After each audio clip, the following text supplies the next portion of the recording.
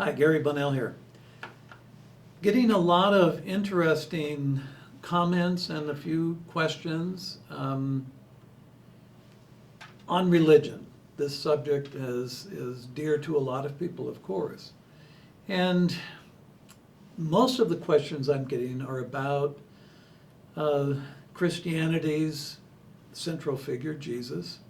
And I would like to tell you a little bit about the path of Jesus prior to his incarnation through Mary. Okay, so Jesus, his first encounter as a human spirit was quite a long time ago. And his first encounter, amazingly, was with an off-world being that has been called Sananda. And that off-world being was the one who directed the civilization experience or experiment called Lemuria, and a portion of it called Mu. And the earth at that time was very different. The water was very different. The oceans were different, the land masses. And Sananda was this, what we can think of in what is called in the Akasa as a Time Lord. And what that means is that that being oversaw a certain period of time of development on the planet. And we can go back in the Sumer culture and see kings that existed for 40,000 years. And usually what that means is they're not, they are human in the sense that they have a human body and a human spirit, but they are not of humanity. And they come here to witness a particular period of time. Time is a very unusual thing for most beings in creation. Those beings with spirits have a time essence. Those beings who have a soul and a body don't experience time in a linear way. So, Jesus was the spirit in the collaboration that Sananda had for the entire duration of that collaboration, which from what can be interpreted was around 10,000 years. And Mary was a wife of Sananda during that 10,000 year period. So the essence of Mary and the essence of Jesus have known each other through different incarnations, but the last time they knew of each other was during that time of Lemuria, so that's quite a long time ago. And Jesus, wanting to become an earthborn soul, already an ascended master, appeared to Mary and told Mary, I am going to come through you, I will gestate in you and come out through you as a human. And thank you very much for allowing me the rental of your womb.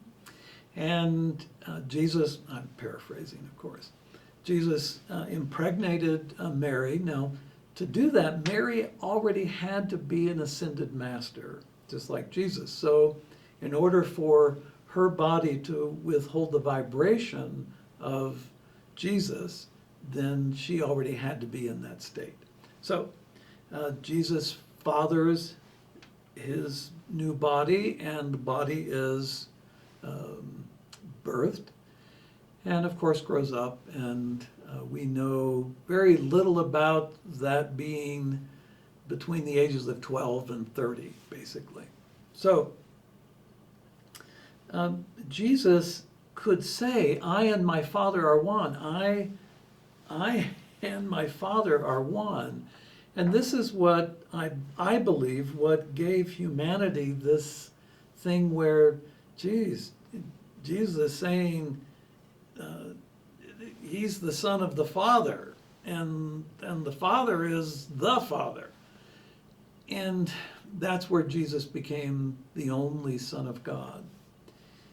He wasn't, and the religion is a governance that, for all intent and purpose, religion has outlasted itself in that way, because Western religions aren't connected to Gaia's manifest reality.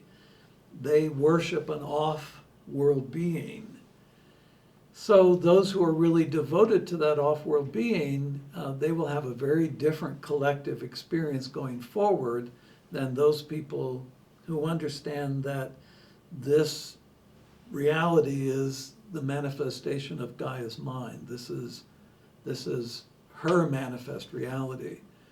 Our eternal souls, as a particle from the Creator, is what allows Creator to witness her manifest reality. So getting back to Jesus. Jesus, the miracles that Jesus performed that are recorded are nothing, really. He did show that, and he stated, if someone is of the right mind, they can do anything. And he said, the things I do, that I'm doing here, you will do and more. It's because as we advanced away from his timeline into the future, we gained an even greater understanding of Gaia's manifest reality. When we understand that everything is our mind, just the way Jesus understood everything was his mind, then we can manipulate substance in the same manner that he did. The problem about Jesus is that people profess to follow the tenets of his teachings, but it's a very altered set of beliefs that they now have, unfortunately. When you go into the Akasha and you look for information about Jesus, you have to get through a lot of stuff, because in that file, if we could call it a file, in that area of the Akasha, there are these, millenniums of worship, energy being directed toward that record. So first you have to know how to get to the core of that record before you can begin to interpret it.